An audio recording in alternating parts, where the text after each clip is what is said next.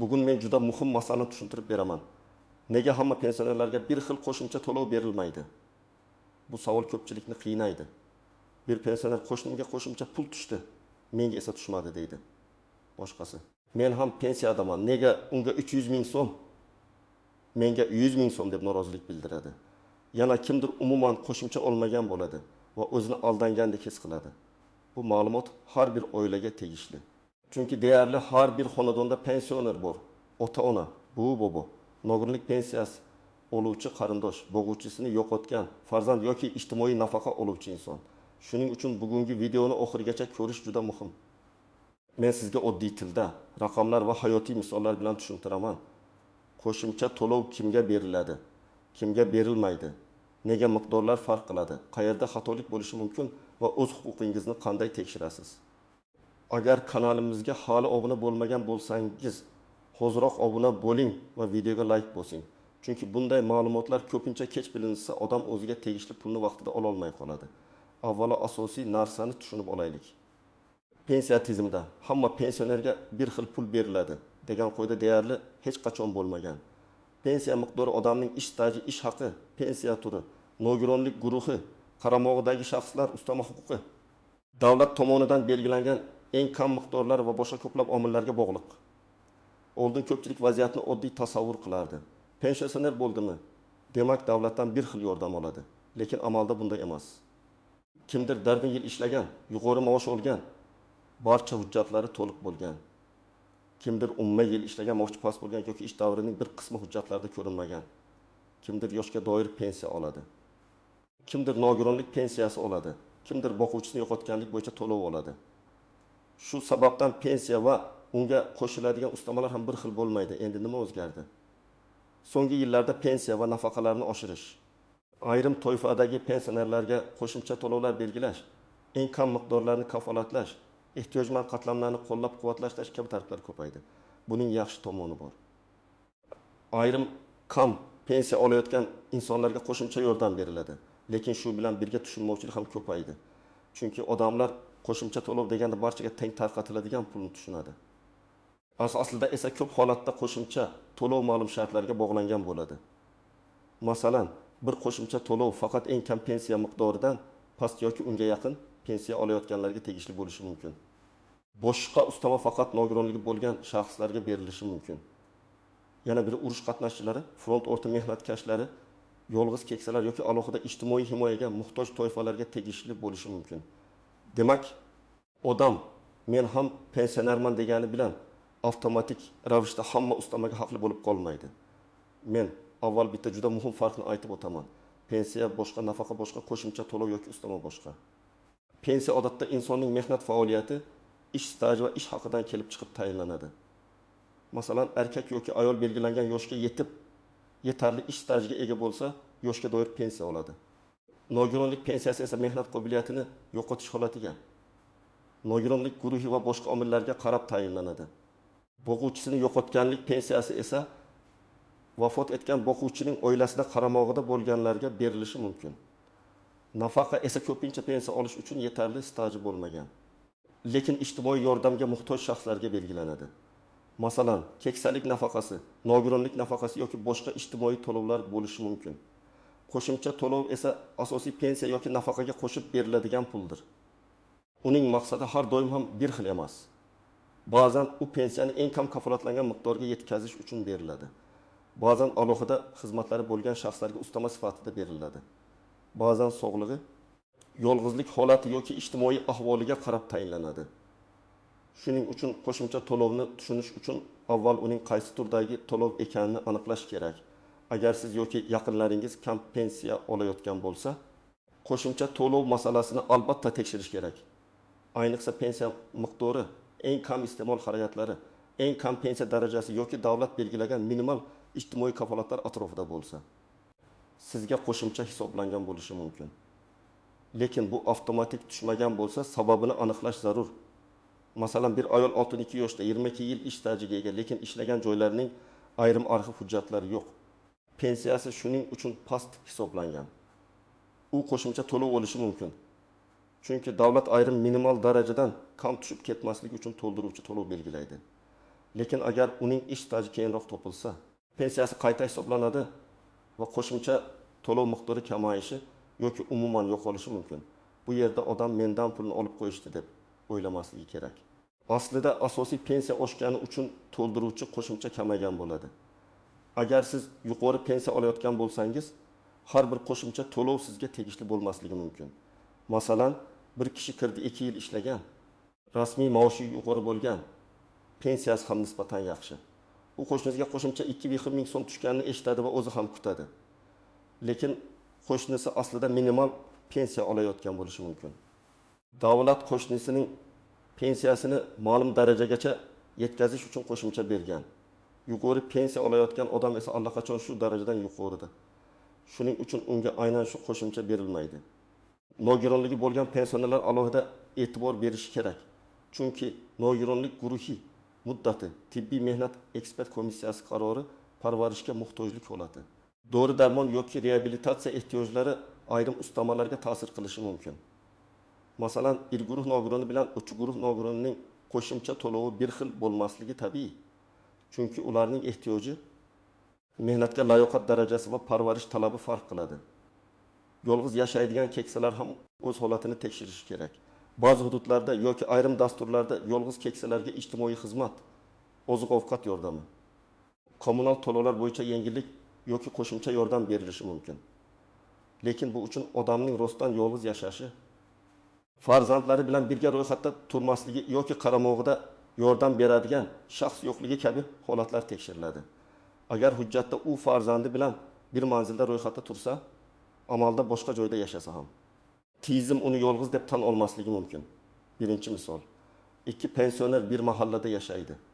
Birinchisi Salima opa 12 yil rasmiy ishlagan, qolgan yillari uyda bola tarbiyasi bilan shug'ullangan. Pensiyasi 850 ming so'm deb tasavvur qilaylik. Davlat tomonidan ma'lum davrda eng kam pensiya miqdorini oshirish yoki past pensiyalarni qo'llab-quvvatlash chorasi belgilanganda, Salima opaning pensiyasiga qo'shimcha to'lov qo'shilishi mumkin. Natijada u 1 million 50 ming so'm yoki undan yuqori olishi mumkin. Ikkinchi pensioner Karim aka 38 yil zavodda ishlagan, yaxshi maosh olgan. Uning pensiyasi 2 million 400 ming so'm. Salima opaga qo'shimcha tushganini ko'rib, Karim aka ham men ham pensionerman-ku deydi. Lekin Karim akaning pensiyasi minimal darajadan ancha yuqori. Shuning uchun past pensiyani to'ldirishga qaratilgan qo'shimcha unga berilmaydi. Bu adolatsizlik emas. Bu qo'shimchaning maqsadi boshqa ekanini bildiradi. Ikkinchi misol. 2 kishi bir xil yoshda pensiyaga chiqqan. Biri 30 yil davomida rasmiy ishlagan. Barcha sug'urta badallari va ish haqi ma'lumotlari tizimda bor. Ikkinchisi ham 30 yil ishlagan, lekin 10 yilni norasmiy ishlagan yoki korxona hujjatlari arxivda topilmagan. Tashqaridan qaraganda ikkalasi ham 30 yil mehnat qilgan. Lekin pensiya hisobida faqat tasdiqlangan davrlar inobatga olinadi. Shuning uchun ikkinchi odamning pensiyasi past chiqadi. Unga qo'shimcha to'lov berilishi mumkin. Lekin bu uning butun mehnati to'liq hisoblanganini anglatmaydi. Agar u arxivdan ish stajini tasdiqlovchi hujjat topsa, pensiyasi qayta hisoblanadi. Uchinchi misol. Bir pensioner nogironlik pensiyasi oladi. U 2 guruh nogironi. Ikkinchi pensioner yoshga doir pensiya oladi va nogironlik guruhi yo'q. Agar davlat aynan nogironligi bo'lgan shaxslar uchun qo'shimcha belgilagani bo'lsa, birinchi odam oladi, ikkinchisi olmaydi. Yoshga doir pensioner buni menga bermadi deb tushunmasligi kerak. Chunki bu to'lov umumiy pensionerlik maqomi uchun emas, nogironlik holati uchun berilgan. 4-misol. Bo'g'uvchisini yo'qotganlik bo'yicha pensiya olayotgan oilada 2 nafar farzand bor. Boshqa oilada esa bitta farzand bor. To'lov miqdori qaramog'idagi shaxslar soniga qarab farq qilishi mumkin. Shuningdek, farzandning yoshi, o'qishi, kunduzgi ta'limda bo'lishi yoki mustaqil daromadga ega bo'lishi ham ahamiyatli. Demak, ikkala oila ham boquvchisini yo'qotgan degan umumiy holat yetarli emas. Ichki shartlar farq qiladi. Men buni oddiy formula kabi tushuntiraman. Qo'shimcha to'lovning miqdori 3 narsaga bog'liq bo'lishi mumkin. Sizning hozirgi pensiya miqdoringiz siz kiradigan toifa va davlat belgilagan me'yor. Agar qo'shimcha to'lov pensiyani ma'lum minimal darajaga yetkazish uchun bo'lsa, unda kimning pensiyasi pastroq bo'lsa, unga ko'proq qo'shimcha beriladi. Kimning pensiyasi minimal darajaga yaqin bo'lsa, unga kamroq beriladi. Kimning pensiyasi minimal darajadan yuqori bo'lsa, unga umuman berilmasligi mumkin. Masalan, minimal kafolatlangan daraja shartli ravishda 1 million 100 ming so'm bo'lsin. Bir pensioner 800 ming so'm olayotgan bo'lsa, unga 300 ming so'm qo'shimcha kerak bo'ladi. Ikkinchi pensioner 1 million so'm olayotgan bo'lsa, unga 100 ming so'm qo'shimcha kerak bo'ladi. Uchinchi pensioner 1 million 500 ming so'm olayotgan bo'lsa, unga bunday qo'shimcha kerak emas. Shunda uchala odam pensioner bo'lsa ham qo'shimcha 300 ming, 100 ming va 0 so'm bo'lib chiqadi. Bu eng ko'p uchraydigan tushunmovchiliklardan biri. Agar qo'shimcha to'lov alohida toifa uchun belgilangan bo'lsa, unda miqdor toifaga qarab farq qiladi. Masalan, mil guruh nogironga boshqa, 2 guruh nogironga boshqa, urush qatnashchisiga boshqa, yolg'iz keksaga boshqa tartib bo'lishi mumkin. Bu yerda asosiy pensiya miqdori ham, toifa ham birga ta'sir qilishi mumkin. Agar qo'shimcha to'lov indeksatsiya yoki oshirish bilan bog'liq bo'lsa, unda foiz va baza muhim bo'ladi. Masalan, pensiyalar 10% ga oshirilsa, 1 million so'm pensiya olayotgan odamda 300 ming so'm bo'ladi. 2 million so'm pensiya olayotgan odamda 200 ming so'm bo'ladi. Ba'zan odamlar nega unga ko'proq oshdi deb so'rashadi. Chunki foiz bir xil, lekin boshlang'ich pensiya miqdori har xil. Aksincha, agar davlat aniq miqdorda, masalan, hammaga 100 ming so'mdan qo'shimcha desa, unda teng bo'lishi mumkin. Lekin har doim ham shunday bo'lmaydi. Endi eng muhim nozik jihatlarga o'tamiz. Birinchisi, ro'yxatdan o'tgan manzil va haqiqiy yashash joyi. Ba'zi ijtimoiy yordamlar, oilaviy ahvol. Uy xo'jaligi tarkibi yoki yolg'iz yashash holatiga qarab beriladi. Agar pensioner hujjatda farzandlari bilan bir manzilda ro'yxatda tursa, tizim uni yolg'iz deb ko'rmasligi mumkin. Hatto farzand chet elda bo'lsa ham. Hujjatlar tartibga keltirilmagan bo'lsa, yordam tayinlashda muammo chiqadi. Ikkinchisi, daromadni hisoblash. Ayrim yordam turlarida pensionerning yoki oilaning jami daromadi ko'rib chiqiladi. Pensionerning o'zi pensiya olsa, yonda yashaydigan farzandi maosh olsa, uy xo'jaligining daromadi me'yordan yuqori deb topilishi mumkin. Bunday holatda qo'shimcha yordam rad etilishi ehtimoli bor. Odam esa mening pensiyam kam deydi. Ha, pensiya kam bo'lishi mumkin. Lekin aynan o'sha yordam oilaviy daromad bo'yicha hisoblanayotgan bo'lsa, boshqa a'zolarning daromadi ham inobatga olinadi. Uchinchisi, hujjatdagi xatolar. Ism, familiya bir harf bilan boshqacha yozilgan. Tug'ilgan sana noto'g'ri kiritilgan, pasport ma'lumotlari yangilanmagan, ester yoki JSHR bilan bog'liq muammo bo'lgan holatlar to'lovning kechikishiga yoki noto'g'ri hisoblanishiga sabab bo'lishi mumkin. Men amaliyotda shunday holatlarni ko'p ko'rganman. Odam yillar davomida bitta familiyada ishlagan, keyin hujjat almashtirganda boshqa yozuv paydo bo'lgan. Tizim esa avtomatik solishtirganda ma'lumotlarni moslashtira olmaydi. To'rtinchisi, pensiyani qayta hisoblash huquqi. Ayrim pensionerlar pensiyaga chiqqandan keyin ham ishlaydi. Ularning keyingi ish davri, ish haqi yoki qo'shimcha staji pensiyani qayta hisoblashga ta'sir qilishi mumkin. Lekin qayta hisoblash har doim ham avtomatik va darhol bo'lavermaydi. Belgilangan tartibda murojaat qilish, hujjatlarni taqdim etish, ma'lumotlarni tekshirtirish kerak bo'lishi mumkin. Beshinchisi, vaqt omili. Ba'zan qo'shimcha to'lov ma'lum sandan boshlab beriladi. Kimdir huquqni o'sha sandan oldin olgan, kimdir keyin olgan. Masalan, nogironlik guruhi Irmaydan belgilangan bo'lsa, qo'shimcha apreldan emas, belgilangan sanadan hisoblanishi mumkin. Shuning uchun qo'shnim aprel oyida oldi, men nega olmayapman degan savolga javob hujjatdagi sana bo'lishi mumkin. 6-si, to'lov turi bilan bank yoki karta muammosini aralashtirmaslik.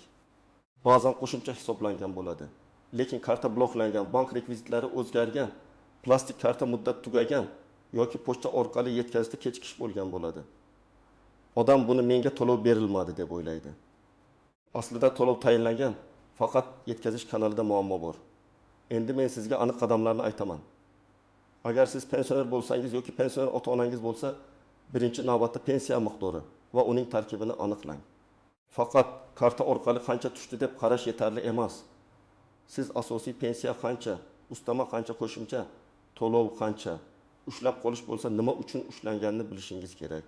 Buning uchun pensiya jamg'armasi bo'limiga murojaat qilishingiz mumkin.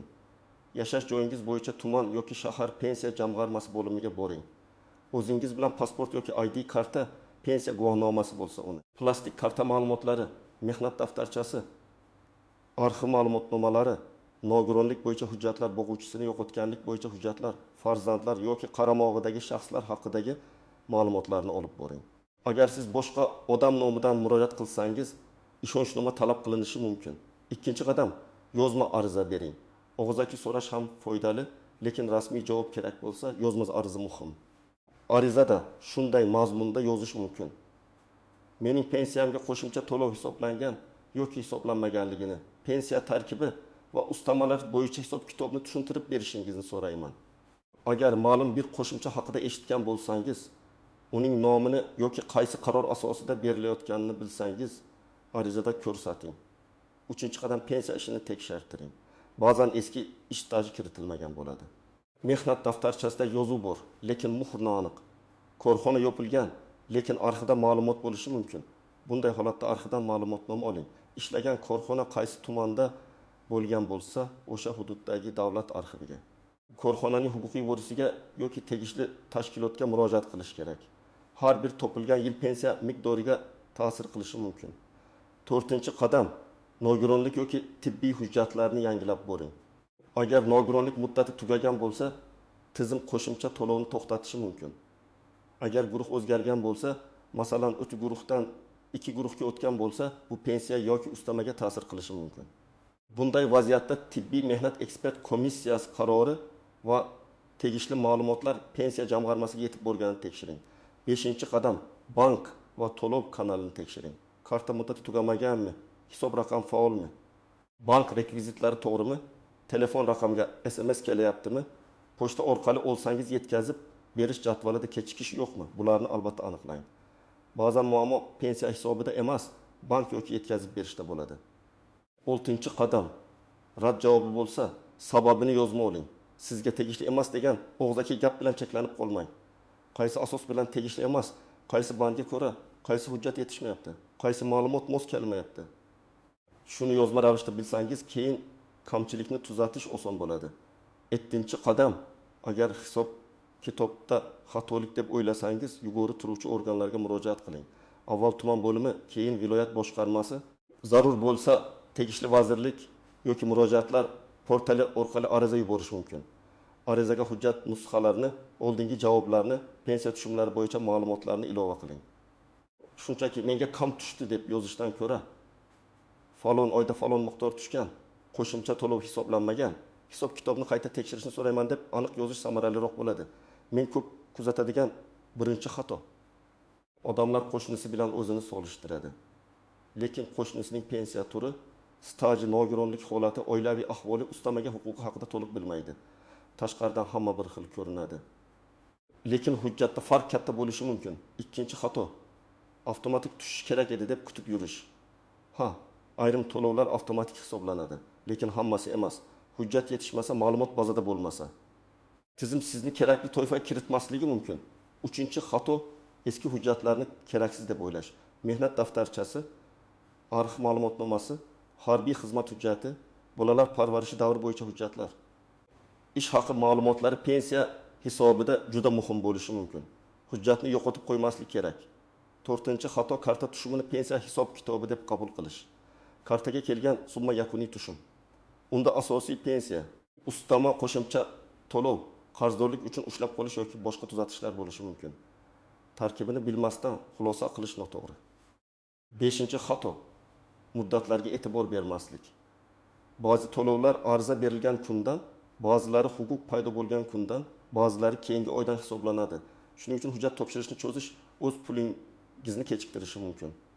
Demak, hamma pensionerlarga bir xil qo'shimcha to'lov bo'lmasligining asosiy sababi shuki, pensionerlarning huquqiy holati, pensiya turi, ish staji, asosiy pensiya miqdori, nogironlik guruhi, oilaviy ahvoli, daromadi va hujjatlari bir xil emas.